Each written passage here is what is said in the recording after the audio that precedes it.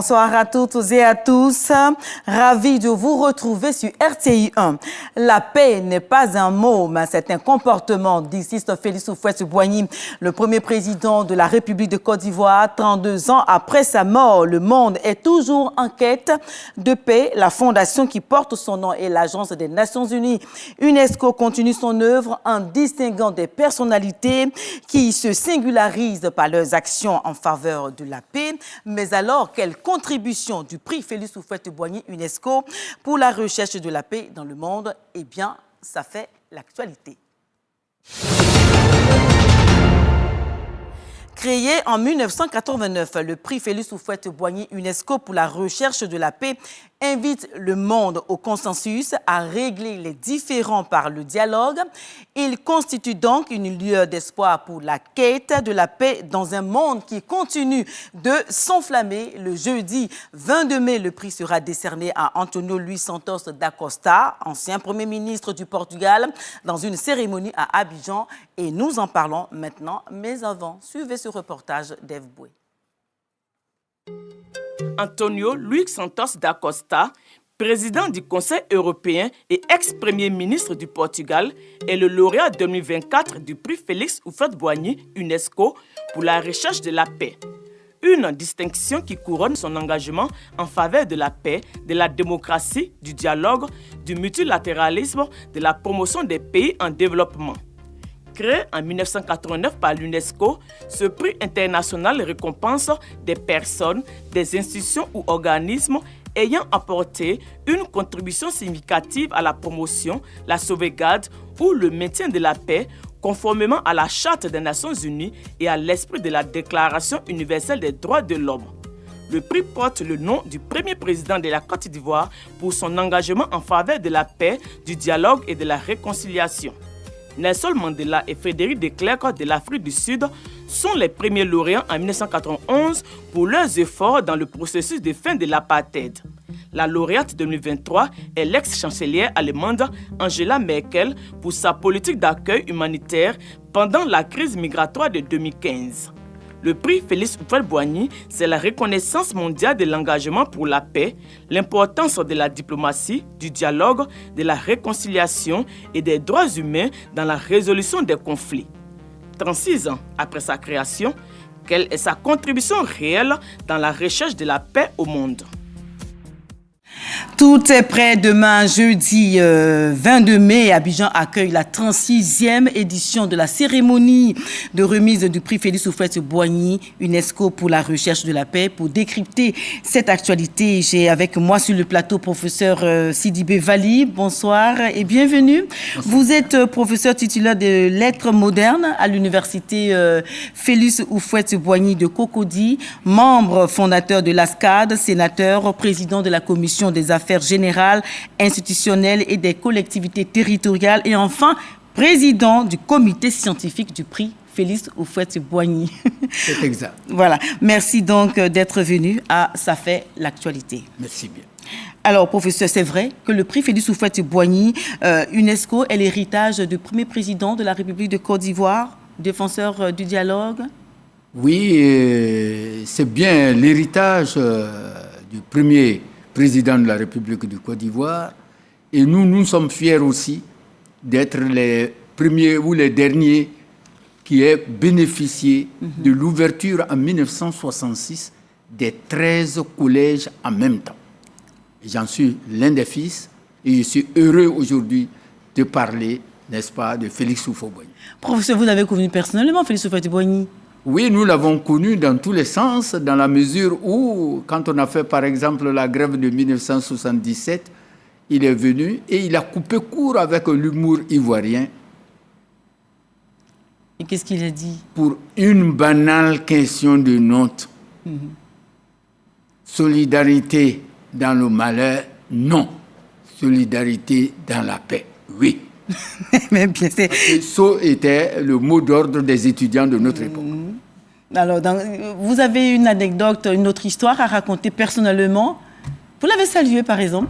Oui, ça, c'était en 1990. Quand même, ça m'est resté dans la tête comme vraiment un choc.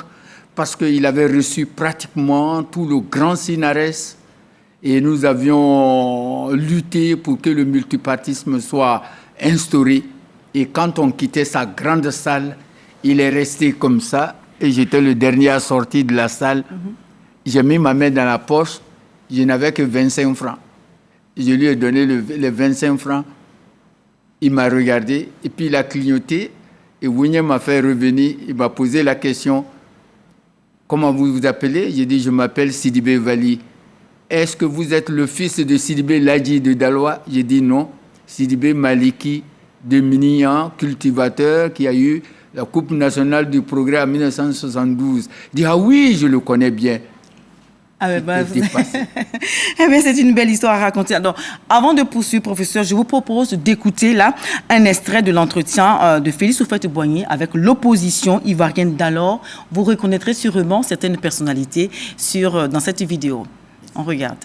Nous voulons le changement. Nous le souhaitons dans ce pays. Mais à condition que ce changement se perde dans la paix et dans l'ordre. Ce que nous cherchons dans ce pays, c'est la paix. La paix pour tous. Pas pour un parti, pas pour un homme, pour tous les partis et pour tous les hommes. Si nous sommes honnêtes, si nous pourrons servir la même cause, la cause de ce pays, pour relever les défis du sous-développement, le multiparti ne pourrait que nous servir. Et moi-même, déjà, vous m'avez beaucoup servi. Mon parti s'était endormi pendant 30 ans sur le laurier de la victoire de 56 à 60. Grâce à vous, les gens se sont réveillés. Mais de grâce, si vous voulez faire de la politique, écarter de la Côte d'Ivoire la voie du sang. Je ne suis pas au rendez-vous du sang. Le sang n'a pas coulé en Côte d'Ivoire. Et le seul bien que je puisse vous laisser en partant du pouvoir, il faut savoir partir, c'est ce climat de paix. De grâce, ne le troublez pas. Que la politique ne vous divise pas, au contraire. Que vous ayez le même souci de servir le pays. Mais dans la paix, dans l'amitié, dans la fraternité réelle. Ne chantez pas le pays de la vraie fraternité et n'agissez pas contrairement à ce chant. Alors, professeur, dans cette vidéo, on vient d'apercevoir Félix Houphouët-Boigny. En face de lui, c'est un leader de l'opposition. Vous avez reconnu Laurent Gbagbo, Zadé Zaorou, Francis Vaudier. Voilà, les encourageant à effectuer le changement qu'ils veulent, voilà, dans la paix. Alors, comment comprendre cette attitude face à l'opposition ? Oui, cette attitude se comprend facilement parce que la Constitution de l'époque, en son article 7, prévoyait déjà le multipartisme. Mais cet article n'avait pas été activé. Donc il ne s'agissait plus de recommencer l'écriture d'une Constitution qui instaure le multipartisme. Et raison pour laquelle, je crois, en avril, Houphouët a eu la latitude de le proclamer, mais il avait donné un conseil capital. On ne peut réussir que dans l'ordre et dans la paix. Et si vous l'avez remarqué, il a conseillé aussi tous les partisans, tout comme quand il recevait pratiquement tous les syndicats. L'ordre et la paix, et puis dans la fraternité. Oui, mais en même temps, il était le président de la République, il était celui qui était au pouvoir et qui encourage ses challengers à travailler pour la paix. Qu'est-ce que cela vous inspire, professeur ? Il était non seulement le président de la République, il était aussi le père de la nation. Et ça pesait lourd. Et dans cette condition-là, il ne pouvait que dicter des bonnes voies, et même à la descendance, parce que dans son discours tout à l'heure, au sein de ses propos, vous voyez, il ne voit pas seulement le présent, il voit le futur. Et c'est ce futur-là qui va conditionner la quintessence même du mot dialogue qu'il va entamer. Et le premier dialogue, là, c'est avec les fondateurs des nouveaux partis. Je me rappelle encore quand il a reçu tous les partisans et tous les syndicalistes à l'époque, il a vu que l'un, je ne vais pas le nommer, que l'un des représentants d'un parti politique était mal habillé. Et Oufé était un dandy. Et vous avez vu son costume bleu, je le porterai demain, Inch'Allah. Oufé était un dandy, il a dit que lui, il est le représentant d'un parti politique.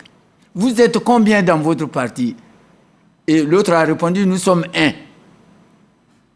Bon, il a vu qu'il était mal habillé et puis il lui a donné une enveloppe pour sa garde-robe. Et ça nous a tous touchés. Alors, professeur, donc dans la résolution de certains conflits en interne qui auraient pu entraîner la sécession en Côte d'Ivoire, nous avons par exemple le cas du Saint-Louis dans le sud-est, le cas des Guébiers dans l'ouest de la Côte d'Ivoire. Le président Houphouët-Boigny a pris des mesures qui ont été impopulaires, mais aujourd'hui qui ont réussi à pacifier certaines régions du pays. Alors, comment comprendre son attachement au dialogue dans ce sens-là? Oui, mais il n'avait pas le choix, parce qu'un petit pays comme la Côte d'Ivoire, à cette époque, en cas de sécession, c'était très grave. La sécession, par exemple, du Saint-Louis, compromettait l'essence même de la nouvelle nation que vous voulez mettre en place, sans distinction d'ethnie, de race, ni de couleur. Et j'ouvre la parenthèse pour dire qu'il est le premier déjà fondateur du multiculturalisme. Ensuite, le cas Guébier, il n'avait pas d'autre choix, parce que laisser des brandons de sécession pouvait amener à la dislocation totale de la nation ivoirienne. Oui, mais comment expliquez-vous le fait que ces mesures impopulaires dans le temps ont pu pacifier le pays à ce point aujourd'hui? À un moment donné, je pense que en politique, parce que le pouvoir, c'est le pouvoir, en politique, même contre votre volonté, si vous devez instaurer la paix sociale, la paix collective et le bonheur de la collectivité en faisant, n'est-ce pas, des sacrifices ou en faisant des sanctions, vous n'en avez pas le choix. Et ça s'impose à vous. Et c'est demain que vous saurez peut-être les retombées de ces actes-là. Aujourd'hui, par exemple, évidemment, quand il dit que la paix n'est pas un mot, que c'est un comportement, il ne peut pas y avoir de paix dans un pays en division. Si vous semez la discorde entre déjà les ethnies, parce qu'ils n'en voulaient pas, parce que les sécessions étaient plus ethniques que politiques. Et c'est ça qui est la quintessence de la mesure du Houphouët-Boigny. Si vous prenez le Guébier, c'était la même chose que le Saint-Louis. Et à partir de ce moment-là, vous ne pouvez pas construire une nation de 63 ethnies si une ethnie s'autoproclame une nation, une micronation. Et la prise du Houphouët-Boigny, bon, à des moments donnés, dans la réflexion, vous savez, hein, on évolue dans la réflexion intellectuelle. Hein. À des moments donnés, on a pu que c'était normal, d'autres ont contre-attaqué, c'était criminel, etc. Ce qui ne lui a pas valu le prix Nobel de la paix, d'accord, mais ça lui a permis de construire un État aujourd'hui solide, polyethnique et qui est riche de sa pluralité. Donc de pacifier son territoire au niveau national. Oui. Maintenant, sur le plan international, dans la résolution de la crise de l'apartheid, par exemple, Félix Houphouët-Boigny s'est engagé personnellement en initiant le dialogue avec l'occupant blanc, je me permets l'expression. Alors, ce qui a finalement conduit aujourd'hui à la résolution de la crise en Afrique du Sud. Alors, quelle est donc la perception de ces actions dans le monde aujourd'hui? Non, mais... on peut dire déjà que Houphouët-Boigny était trop en avance sur son temps. Hein. Quand il a instauré le dialogue, j'ouvre la parenthèse encore pour dire que dialogue, ça veut dire deux, logos, discours. Discours entre deux personnes qui se parlent, qui communiquent, qui essaient de se comprendre, de se convaincre, de dissuader ou de persuader. Si l'autre comprend la faute commise, vous vous mettez en accord pour éteindre le feu. Ce dialogue, par exemple, il l'a fait déjà à l'intérieur de son pays, ce qui a donné naissance à ce qu'on a appelé à l'époque le Conseil national. Et ceux qui sont fiers aujourd'hui d'avoir parlé en 90 des conférences nationales, etc., Houphouët en a été l'héritier. Nous sommes dans les années 70, où nous-mêmes, jeunes, militants du MEICI, on a participé au Conseil national pour parler du problème de l'éducation en Côte d'Ivoire. Il en est de même aussi hors de la Côte d'Ivoire. Hors de la Côte d'Ivoire, il a instauré le dialogue entre Israël et les pays arabes. Oui. Et on va donner une seule phrase que moi j'ai retenue depuis 1971. Le jour où les Arabes se seront mis d'accord sur leur désaccord, il y aura la paix au Moyen-Orient. Et justement, par rapport au Moyen-Orient, comme vous le dites, il a été l'un des initiateurs qui a proposé la solution à 2 États aujourd'hui. Et c'est cette solution qui se dessine là sous nos yeux. Alors, est-ce que c'est à croire qu'il a été en avance sur son temps? Est-ce qu'il a eu raison trop tôt? Oufé avait eu raison trop tôt, mais beaucoup ne comprenaient pas le sens de son discours. Parce que les uns et les autres étaient déjà, comme on le dit aujourd'hui en informatique, formatés, soit communistes, soit capitalistes. Et c'est qui déteignait sur les différents discours. Sinon, quand il a rencontré Arafat, quand il a écrit à Arafat par le biais de son conseiller Béra, mais la réaction de Arafat a été très bonne. Il en est de même pour Sadat, comme on appelle pour Arafat, non seulement Arafat, mais Manayen Gemim. Oui. Et il a même rencontré Madame Golda Meir. Alors, La dame.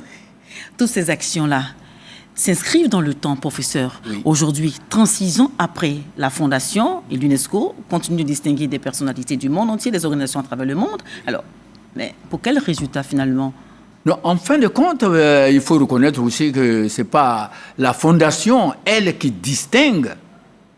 Parce qu'une fondation, c'est la loi de 1960 qui a créé, n'est-ce pas, la loi sur les associations. La fondation est une association. Mais si nous partons de la définition de la fondation, il dit que la fondation, c'est l'acte par lequel une ou plusieurs personnes physiques, morales, appelé fondateur, décide l'affectation irrévocable des biens, de droits ou ressources à une œuvre d'intérêt général dans un but non lucratif, apolitique.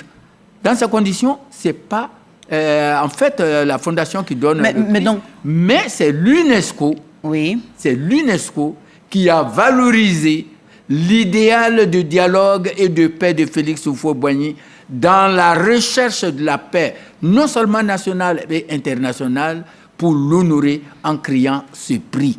Oui, mais en même temps, est-ce qu'aujourd'hui, Félix Houphouët-Boigny prenait son bâton de pèlerin pour se promener, il se proposait médiateur facilement des conflits dans le monde, il se prononçait sur les questions cruciales qui prévalaient dans le monde en ce moment-là, mais aujourd'hui, on n'entend pas, j'ai envie de dire, les institutions peut-être qui sont chargées de protéger le prix. Qu'est-ce qu'il faut pour que l'écriture ne soit pas belle que sur le papier et que le prix Félix Houphouët-Boigny puisse vraiment représenter ce qu'il faut, mais ce qu'il a fait pendant sa vie? En fait, comme vous l'avez dit à l'introduction tout à l'heure, le prix récompense des personnalités ou des associations qui se sont fait, qui ont fait montre d'une capacité d'instauration de paix et de justice, etc. Mais en partant de ce principe, la Fondation elle-même est déjà un institut de formation à la culture de la paix.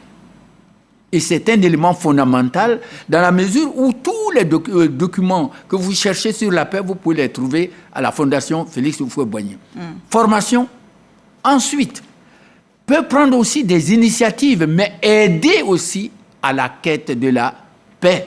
Parce que la recherche de la paix, comme disait Houphouët-Boigny, c'est une longue et harassante quête, mais qui n'est jamais achevée. Professeur, comment aider donc à la paix si des conflits persistent dans le monde? On va avec le M23 en RDC, le Rwanda qui s'en mêle, le Soudan, Hamas et Israël, récemment l'Ukraine, Russie, Inde, Pakistan. Alors, mais comment aider à la paix? Vous ne pouvez pas aider à la paix si vous n'arrivez pas à agir sur la conscience des belligérants.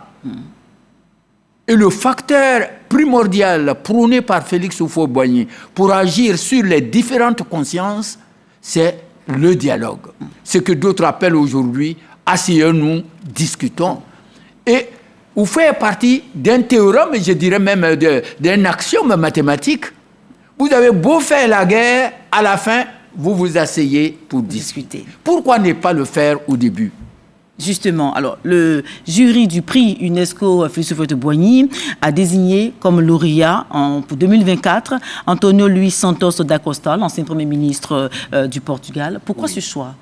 Bon, le choix, comme le dit les textes du prix, ça peut être une personnalité politique qui s'est distinguée par ses apports. Et qu'est-ce qu'il a fait, l'ancien Premier ministre a été choisi là pour déterminer où le choix, où les critères. Je me contenterai de citer...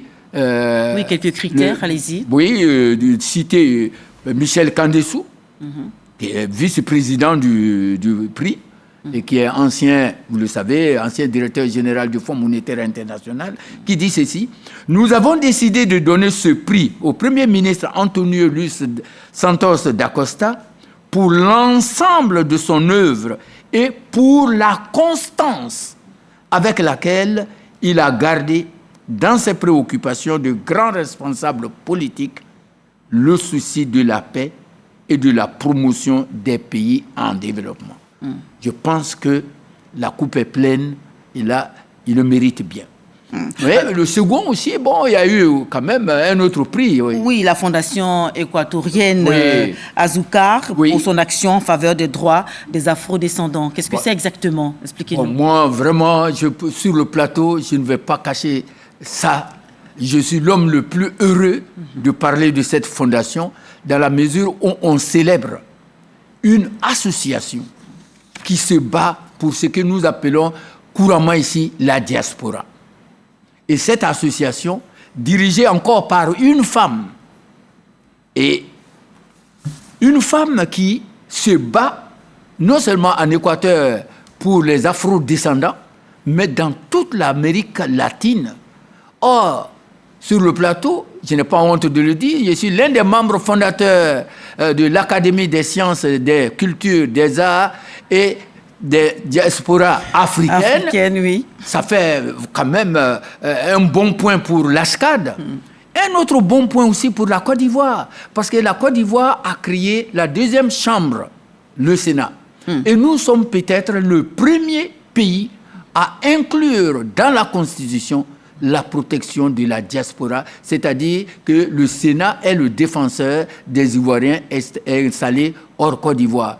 Et donc, la distinction, n'est-ce pas, de cette dame ou de cette association a un réjaillissement, non seulement sur l'Équateur, l'Amérique latine, mais un réjaillissement sur la Côte d'Ivoire à travers l'ASCAD et à travers aussi le Sénat. Alors, quelles sont donc les retombées de ce prix-là pour la Côte d'Ivoire, au-delà de ce que vous venez de citer? Alors, c'est vrai que la Côte d'Ivoire a été hissée au rang des pays les plus hospitaliers au monde. Oui, mais nous pouvons dire aussi quand même que notre président, le premier, il a été considéré comme le sage du continent parce que Houphouët n'a pas triché avec les vérités et les cultures africaines. Les visites nocturnes à tous les chefs traditionnels dans la Côte d'Ivoire, sans distinction d'ethnie, ont encore renforcé la vision Houphouët sur la paix et sur le dialogue. D'accord. N'oubliez pas qu'il visitait régulièrement le Vieux Gon. Oui. Et Et ben maintenant, on appelle ça les diplomaties nocturnes. La véritable politique, c'est même la la nuit. véritable politique, professeur. Ouais. Alors, un point sur le protecteur, le nouveau protecteur voilà, du prix qui est la personne du président Alassane Ouattara. Alors, quelle lecture faites-vous de cette désignation? Pour moi, je pense, en âme et conscience, que le jury ne s'est pas trompé. Le jury ne s'est pas trompé parce que si Houphouët a influencé le monde entier par 2 mots, le dialogue, la paix, je peux dire que son successeur est venu ajouter à ces 2 mots un 3e mot, le pardon. Parce que ce pardon, qui est la quintessence même de l'action même du président Alassane Ouattara, qui est le nouveau protecteur du prix, Oui. est un élément important aussi pour la cohésion sociale. C'est un Et nouveau oui, professeur. On va y aller rapidement. Je rappelle que ce qu'il a pardonné, honnêtement, bon nombre d'entre nous n'auraient pas pu pardonner l'humiliation maternelle. Ensuite, cette mère qui a souffert dans sa chair, psychologiquement, physiquement, enterrée, déterrée, et la tombe profanée, le monsieur a fermé les yeux sur tout ça. Et il a converti ses adversaires les plus intrépides en des vedettes politiques. Et encore des adversaires les plus acharnés en des loups. Non pas des loups méchants, mais en des agneaux qu'il adore et qu'il les réhabilite et qu'il aide. Et dans l'obscurité. Mais il est sur la trace du Houphouët-Boigny. Enfin, tout ne se dit pas. Ok, donc c'est un noufétiste dans l'âme. Je dirais que Oui. il a l'ADN du fouet qui Houphouët. se manifeste dans pratiquement tous ses actes. Tout comme nous, les Ivoiriens, nous avons effectivement la paix dans notre ADN qui se manifeste dans tous nos comportements, notamment dans notre humour ivoirien. Merci, professeur. Donc, décerner chaque 2 ans le prix Félix Houphouët-Boigny UNESCO pour la recherche de la paix se propose donc d'honorer les personnalités et les institutions publiques ou privées qui ont contribué de manière significative à la recherche de la paix dans le monde. C'est donc un appel à l'engagement, professeur, au respect des droits de l'homme et à la culture de la paix. Professeur Sidibé Vali, merci d'être venu apporter des éclairages, contribuant ainsi au débat sur la culture de la paix et sur le prix Félix Houphouët-Boigny UNESCO pour la recherche de la paix. C'est moi qui vous remercie parce qu'il y a une dernière phrase que vous pouvez donner sur la Palestine. Il a dit, rapidement. Si nous ne prenons garde sur cette terre où Dieu s'est manifesté 3 fois, cette terre sera le tombeau de l'humanité. Est-ce qu'on n'est pas en train de voir ça avec le Gaza actuellement? Je pense qu'on va contribuer à la paix à notre niveau. Alors, c'est donc, mesdames et messieurs, c'est donc la fin de cette émission. Restez avec nous sur RTI 1.